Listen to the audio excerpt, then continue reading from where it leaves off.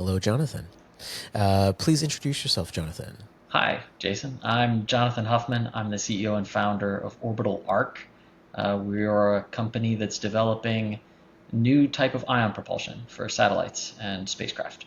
So, What problem are you currently solving and why now? so the problem we are solving is in-space mobility, and the way in which we're solving that problem is with lower mass, higher power efficiency thrusters that use more affordable fuels. Specifically, we think we can get to about an eighth of the mass of a typical Hall effect thruster, which is what's used today for this use case, and be about 40%, 30 to 40% more power efficient, and use fuel that's about 2,000 times cheaper than xenon. The why now is because there's growth. There's rapid growth in constellations in low Earth orbit, but also in the defense world, more and more satellites going up, and in larger, more interesting spacecraft that are going to start to need to move cargo around. And so while there have been electric propulsion systems in the past for a few decades at this point, the way that they scale in mass as you try to grow systems and the way that they are produced is not really amenable to larger spacecraft, and it's not really amenable to high volume operations. What we're building is a thruster on a chip concept that is very easy to mass produce using existing infrastructure, and the mass scaling rate is so much lower that you get far better performance with higher mass spacecraft, and you can carry more cargo and go further and do more stuff in space. Explain your propulsion tech like you're talking to a 12-year-old. Sure. So it's basic rocket science, but as with any thruster that actually works, that we've discovered so far, you're throwing stuff out the back of a spacecraft, and you're making use of the equal opposite reaction to move the spacecraft forward. So the average chemical thruster, like you would see launching a SpaceX Starship or something like that, you light a fire. You're running a chemical reaction to put energy into a fuel, and then you use a nozzle to point that fire out the back of the spacecraft, throw the fuel out the back, and it pushes the spacecraft up into space. For us, it's the same thing, just with an electric field instead of a chemical reaction. We use an array of really sharp little tiny points to apply a very strong electric field to yank an electron off of passing fuel molecules as they flow through our ionizer chip. And as those molecules get their electron yanked off, they become ions. They're positively charged. And because they're charged, we can accelerate them with an electric field. And so we use an electric field to throw them out a hole in the back, and they fly off into space, and we spit out electrons to meet back up with them after behind the spacecraft. And that's the gist of how it works. The thing you get when you do it with an electric field instead of with a chemical reaction is more control over your exhaust velocity and a much higher exhaust velocity, which is how you achieve really good fuel efficiency. But you're also putting a lot more power into each atom or each molecule that you throw at the back, and so the power demand goes up really quickly, and as a result, you get low thrust but very high efficiency with ion propulsion. So. And you state that your thruster is 8x lighter, 30 to 40% more efficient, and uses 99.95% cheaper fuel. Yeah. What does that unlock? So it unlocks a few things. For the near-term world, these are going to be on satellite constellation satellites. So mass-produced satellites that need to be as cheap as possible, and you're packing a couple dozen of them in every single launch vehicle. And if you reduce the mass of the satellite, then a few more fit on that launch vehicle. And so the unit cost for every satellite goes down when you use these systems. And the way that's achieved is, first, the thruster mass is less, so that's good. But also, when you use a system that's more power efficient, you don't need as big of solar arrays, so your solar power mass is less. Our fuel is 2,000 times cheaper, but it's also stored as a solid at room temperature, and we evaporate it when we need it to use it for thrust, which means we don't have to have a big, heavy fuel tank. And so Very you're cool. cutting mass from the fuel tank, from the power supply, from the thruster. All of those things are dry mass off of a spacecraft. When you cut dry mass from a spacecraft, we're going to do a little more rocket science. What happens is you get an exponential benefit in the usefulness of all of the fuel that you have aboard, and you can carry exponentially less fuel. So you can reduce the mass of the spacecraft, which then reduces the mass of fuel that you need for a given amount of performance, and you end up fitting a lot more satellites on every launch. It also costs less because you're getting rid of some parts and getting smaller parts, which is great. So for these folks that are building, spacecraft like thousands of satellites, we think we can cut probably a couple $100,000 off the cost of every single one of them at small scale, and then as they get bigger, it gets better. So that's near term. Long term, though, what this unlocks is it opens the solar system to human exploration. So if you think about the current technology, we've used it for exploration out to the asteroid belt, and occasionally a little bit further out if we get lucky with some planetary alignments and can use some planets to slingshot us further and faster out to later, further away planets. But the kind of mission that we flew for Voyager, where we got to do a grand tour, that opportunity comes, I think, only once every 176 years. That planetary Wow. alignment happens really, really rarely, and we just got lucky with the timing of it being when it was. For us to go further and deeper and carry more stuff into space, we need more capable spacecraft. And that means top-end delta V, the maneuvering capacity basically, needs to be higher. And it means that the cargo capacity needs to be higher.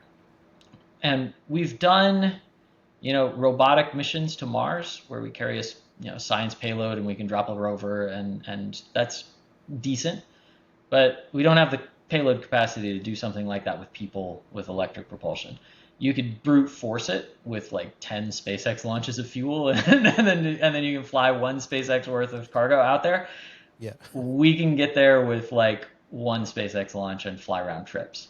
So what it unlocks is 40,000 meters per second of delta V at 33% payload mass fraction, and you can fly round trips to Jupiter and back without refueling with potentially human-rated spacecraft. So Amazing. it's a different world once this exists, and there's no commercial use for that yet because it hasn't existed yet, so nobody's built anything to use it. But we think once we can get into the market, there's going to be a lot of people interested in doing this sort of thing. You almost answered the next question. Why hasn't anyone done this before, and what did others miss? So there's a couple answers to this. The first one is that they've tried to do this before, and the way that they've tried to do this, if you wanted to classify the thruster that we're building, you would call it a gas phase FEEP thruster, field effect electric propulsion. And that field effect is just a reference to the way that we make the ions. There's the other way to make ions is usually just to light up a plasma and bombard different particles into each other to knock electrons off of individual atoms. That's how you get your charged particles, and then the rest of the process is basically the same. You extract the ions, flow them through a gap, a voltage gap, and they shoot out into space. The trouble with this is plasmas eat away at your equipment slowly over time. They are wasteful from a power perspective. They are, they limit you in terms of your fuel choices because only really one massive particle at a time can be built into a design for an ion thruster. So it's really hard to operate an ion thruster on multiple masses of particles at the same time without wearing it out very, very quickly. So that creates some limitations on the existing technology. That applies to Hall thrusters, that applies to gridded ion thrusters. To a certain extent, a lesser extent, it applies to pulsed plasma thrusters. But where people have been looking to try and get away from this is a concept called FEEP, field effect electric propulsion. And that includes microspray thrusters, and it includes other field emission devices, and it includes us. And the way that people have done it in the past has been with a liquid fuel. And when you apply an electric field to a liquid, it does this weird thing. It forms what's called a Taylor cone, and it sharpens up the liquid to an atomically sharp point. And from that atomically sharp point, it emits droplets, or if you turn the voltage up high enough, it starts to emit individual ions. And that's really great. It makes it fairly easy to manufacture these things. It gives you access to droplets as your particles, so to speak, and that's useful from a thrust per watt standpoint. But you face some limitations with those liquids. If there are any imperfections in how the system is built, and any imperfections in the fabrication, then the Taylor cones sometimes will form pointing the wrong way. The field will make them shoot the ions off sideways instead of shooting them straight. Sure. And when that happens, it sprays the walls of your thruster, and often will cause a short circuit that kills it.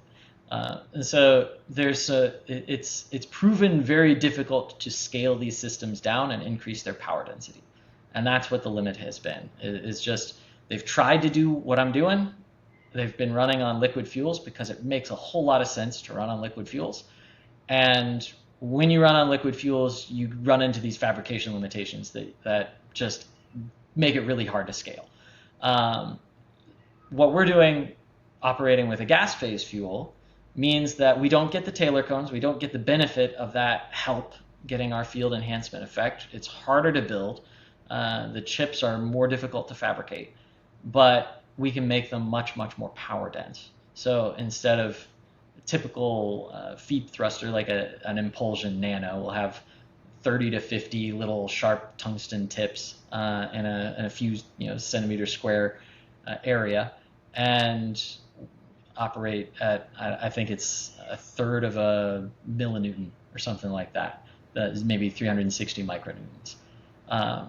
We can put 1 million tips in a 1 square centimeter space, and operate at 130-ish millinewtons. So it's hundreds of times more powerful in a smaller package. And you can't do that with liquid. You just can't. It is a harder path to walk to do this, but if you do it, the reward is power density. And that's really the thing that matters in terms of how all of your spacecraft then scale down the line.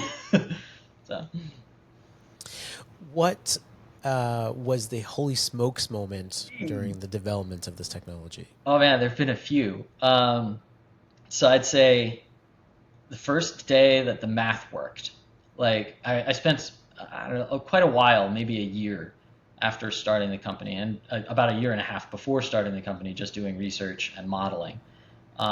And I finished the model in a way that I was finally confident it was right. And I looked at the math and I went, oh, this is going to be really good. And that was one of them. I'd say the next one was like the day that we got the first chips back from Oak Ridge. And then the next one after that was the following day when we turned them on for the first time. That was like the most... that test, I am extraordinarily novice at fabrication, at physical manual assembly of things, at machining, like all of these things. I'm an absolute novice at. I've picked up the skills because I'm the guy doing most of the work, but it's nerve-wracking for me to do it. And I was terrified, absolutely terrified, getting the chip wired up and turning it on, that I was going to screw it up some way and make it not work. And I screwed it up like 5 different ways, and it still worked. and we measured an ion current like the day I got back from Oak Ridge with our first ionizer chips, we measured an ion current with our target fuel, and it was on a 6-tip on a chip array, and we got about a nanoamp out of it. And the last people that tried gas phase field effect ionization on a chip was a postdoc research group at MIT that built a 320,000 tip array, and they got about a third of a nanoamp. So we, at a chip scale, outperformed them about 3x, but on a ions per emission site basis, we outperformed them by 152,000 fold. And that was the point where I went, okay, the physics worked. Yeah. I'm not a crackpot. It actually is. It's actually Yeah. like I did the math right, and it's Eureka real. moment. That was a big sigh of relief. And to be fair to them, like they did almost everything right on that chip, and we did a much rougher build on ours. Like their structures were almost ideal. The only thing that they messed up was gas feed. It was how the gas was fed to the tips, and they did it in a way that, you know, they weren't getting enough gas at the apex of the tips, and the gas that they were getting, the ions were blocked from escaping from the system and were causing the system to fail. And unfortunately, that mistake is like a 9 order of magnitude mistake. Oh, I see. So they got like a billion times less current than they should have out of these chips. We did a much worse job with the physical structure, and my vacuum chamber is built out of eBay parts, so it doesn't have the pumping capacity to evacuate it to the level that we really need to. But we still got like 6 of those orders of magnitude back, even with the flaws and the mistakes that I made and all of the things. So I was very pleased with the result, and that was the biggest, holy shit moment. What's the boldest claim you're willing to make about your technology or the market? Mm, I I'm a fan of bold claims, so I'm going to make a bold claim. My bold claim is that this is an iPod versus Walkman moment, and we're building the iPod of ion thrusters. And once the iPod exists, nobody buys a Walkman ever again. So my bold claim is that if we succeed in building this the way that we and achieve the performance we think we will, uh, we'll end up with 80% market share probably by volume of propulsion systems in space by 10 years from now. There'll still be, there's a 20% that's going to be chemical propulsion or thermal propulsion, high thrust propulsion, because there's always going to be use cases where you need that, particularly for the government and for like when you want to land or you want to insert to an orbit. Those are just more efficient, better ways to do it. And so there will always be some of that, but the vast majority of the market is going to be constellation satellites in low Earth orbit, and maybe some manufacturing in orbit of semiconductors or other high-tech equipment that benefits from microgravity. And for all that stuff, electric propulsion is just better. And if we build the best electric propulsion, we're just better. So we're going to win. What's the biggest misconception people have about space propulsion? Ooh, depends who you talk to. So if you talk to your average person in the world, they think of space propulsion and they think like Star Trek, warp drives, and that sort of thing. And theoretically, maybe some of that's possible, but it is a very long way away. We don't even have the scientific understanding to start trying to build anything remotely like that. So that's like the layperson's misconception, is that, when you talk about an ion drive, you're talking about a Star Trek, warp 10 kind of a thing. No. This is low thrust, very high efficiency. It still uses reaction mass. You're not flying to other stars with this. The misconception that I see most frequently in professionals in the industry, and I was guilty of this, and it took a really smart guy named Richard Hoffer over at JPL to correct me, is that higher ISP is always good.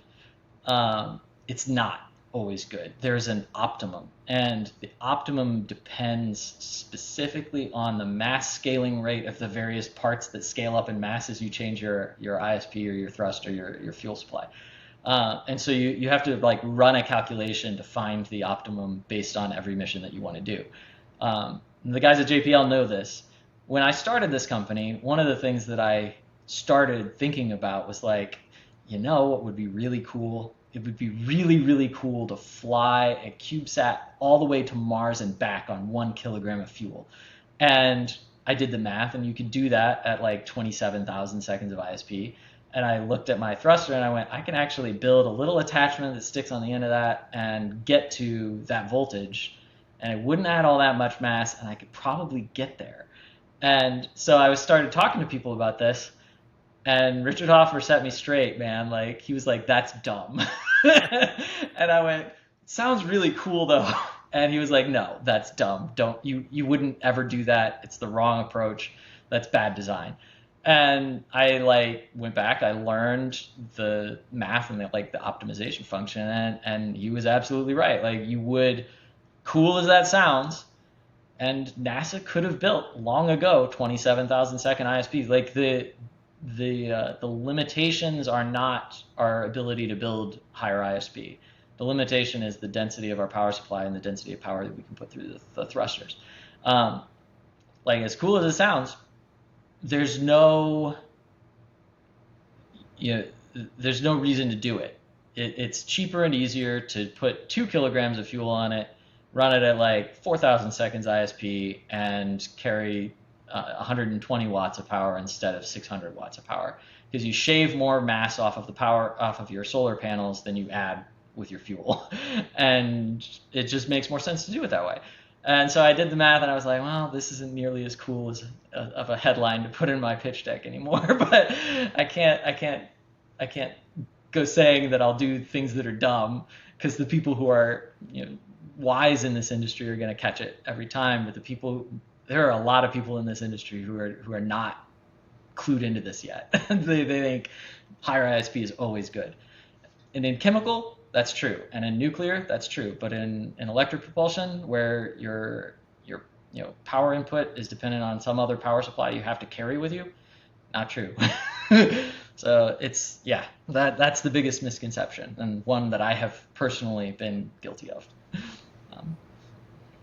How will satellite constellations change life on Earth over the next decade? This is a good question. I think a few different ways. I think we will start to see saturation at a certain point, where the entire Earth is always within view of some observation satellite. And I think that there will be a satellite constellation, maybe Planet's going to build it, maybe Maxar, maybe somebody else, that is looking at the whole world all the time. And it'll be really, really hard to hide things from that. And that's going to change some things in geopolitics. It's going to change some things in, how crime happens and it doesn't happen, and it'll make crime happen less. And it'll change some things in terms of just how we think about, I guess, being observed as people, which is, it's a weird thing to think about. I think that's going to be a big change. I think having access to the internet anywhere, always, at high speeds is going to be a thing that is like almost already here with Starlink. I think there are going to be a few more options that happen with that. But that's a bit of a change as well. Like, if I'm lost in the wilderness and I need to look up how to splint a broken leg, I can just pull that up on my phone. It's going to be a different experience, trying to disconnect from the world to a certain extent. And I think one thing we're going to start to see is in-space industry take off. So there's work being done on putting data centers in space. There's work being done on putting solar power in space and beaming it down. Those are like okay. Where I see um, the real economic value though is manufacturing processes and manufacturing systems that you literally cannot build in a gravity well, where microgravity makes a big difference in like crystallization, purity of materials, having access to like far better vacuum immediately than is available in any semiconductor fabrication facility on Earth under any circumstances will improve the yields and improve the quality of our devices. There are specific materials that like immiscible fluids mix in microgravity in ways that don't happen on Earth, and you will always have some gradient of different densities where if you mix them together in microgravity, you can get them to mix properly. So there's a bunch of different things that we can adapt and improve our manufacturing processes at really, really fundamental levels that then change the performance of our devices and our technology, all the way up the stack. And I expect we will start to see the beginnings of that in the next 3 to 5 years at larger scale. Like Varda's already trying to do it with biopharmaceuticals, and I think we're going to see a lot more of those. I think we're going to see semiconductors. I think we're going to see material science start happening in space in a way that's directed toward industry. What does a world with cheap, abundance ion propulsion look like? Ooh, I think it looks like cheap, abundant satellites first. I think the longer term is the exciting bit to me. Like this technology probably doesn't let us mine Psyche quite as economically as we can mine like the Bushveld complex in South Africa for platinum or whatever, but it does let us mine near Earth asteroids. Like the Astroforge economic case closes with a tech like this, and even if you vastly reduce their yield estimates, so it becomes possible to harvest materials outside of the Earth for use on Earth for the benefit of Earth, and I think that is a key element of our just long-term prosperity as a civilization. Yeah. Who loses if you win? The Hall thruster guys, they all lose. Sorry, like iPod versus Walkman. that's all. I'm sure they'll find other things that they can build. What's the most misunderstood thing about building space hardware? I think people think there's a lot of rocket science involved in the building, and there's a little bit in performance prediction and understanding how it's going to handle vibration and thermal cycles and just knowing what the space environment does. But the actual work of it for me has been learning to run a MEMS foundry process, and that's not in space. Those are all on the ground still, and so I think that there's some things where space impacts what you choose to do, but the doing all still happens on the ground with physical materials, with people doing tooling and machining and using equipment. And so you don't have to be a rocket scientist to get involved in this, and you don't really. You have to understand what the constraints are for the space environment, but you don't really need to. I guess you don't need to go up there to know that material. So, what's your message to young engineers who want to build in space? Don't be intimidated by it. It's math and it's understanding some physics, but it's not like rocket science isn't rocket science. Is the way that I like to say it. you don't need to be scared of it. You can learn it just like you can learn anything else.